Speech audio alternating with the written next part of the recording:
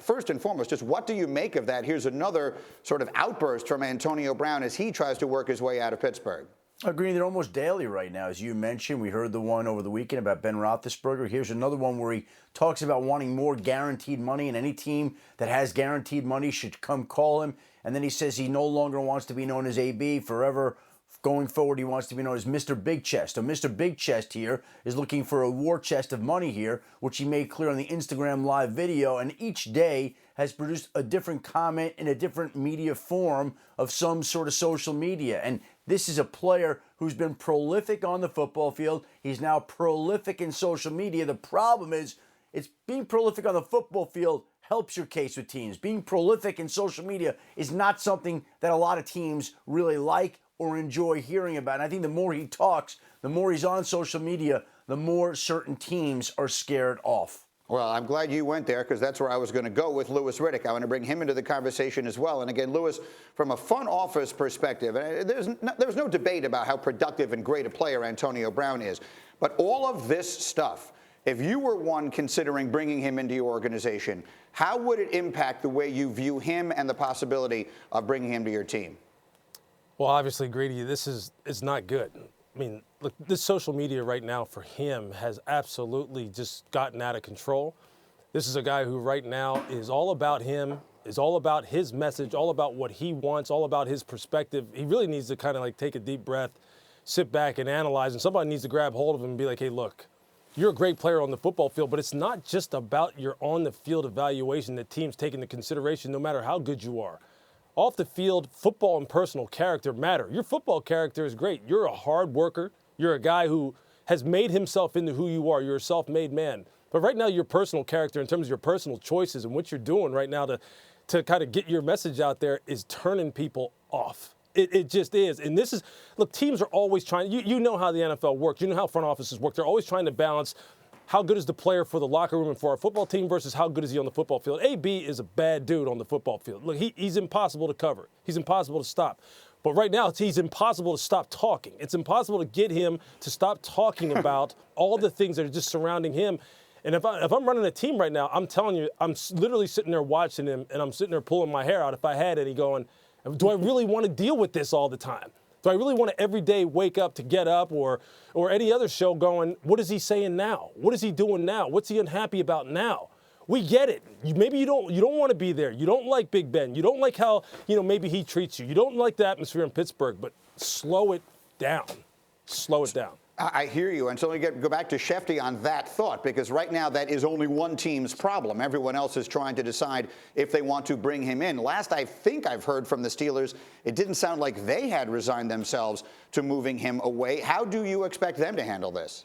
I think they want to move him out. I think he has made it perfectly clear to them that he wants to be traded. He's going to spend this week meeting at some point with Art Rooney, the Steelers owner, and they'll try to figure it out. Look, the Steelers get to call the shots here. They want to trade him. They will look to deal him. Now you have to find a team that's willing to obviously compensate the Steelers, pay Antonio Brown that guaranteed money that he's talking about. It's not an easy combination. They're not going to get a dollar back on a dollar here, the Pittsburgh Steelers. They're going to get less on that dollar because of everything that's gone on social media. Maybe he's trying to do it intentionally to lower the return that the Steelers will get because his value in the offseason, I think, has gone down for what a team will give up for him based off all these comments, all these antics, all these posts on social media. What is the value, Louis? I think when we had this conversation last week, we were talking about a 1 and a 3, a late round 1. What is the value right now on a trade scenario for an Antonio Brown? Yeah, I think it's on a sliding scale, Greeny, and I think the scale is sliding downward right now because, look, I mean, for every post that he puts out there, teams are sitting there going, you think I'm going to give up a 1 and a 3? You think I'm going to give up a 2? You think I'm going to give up a 3? I mean, right now, it's becoming a buyer's market in the case of a trade. It really is, despite the fact that this guy is an all-pro. He's an all-pro talent. But, look, distractions, man, even though that's an overused term, this is real. This is really becoming a way of doing business for him and a way of presenting himself that really is becoming a part of who he is. It's almost like he's becoming a caricature, and teams aren't willing to pay up for that kind of thing no matter how good you are. And it's just, Like I'm telling you, I really am trying to put on a GM hat and look at this as if I was sitting at a team right now and I'm watching all this unfold and I needed a number one guy who was like him. I would really be sitting here going, what am I going to be getting myself into? I'm not giving up a 1 for Antonio Brown right now. I'm just not.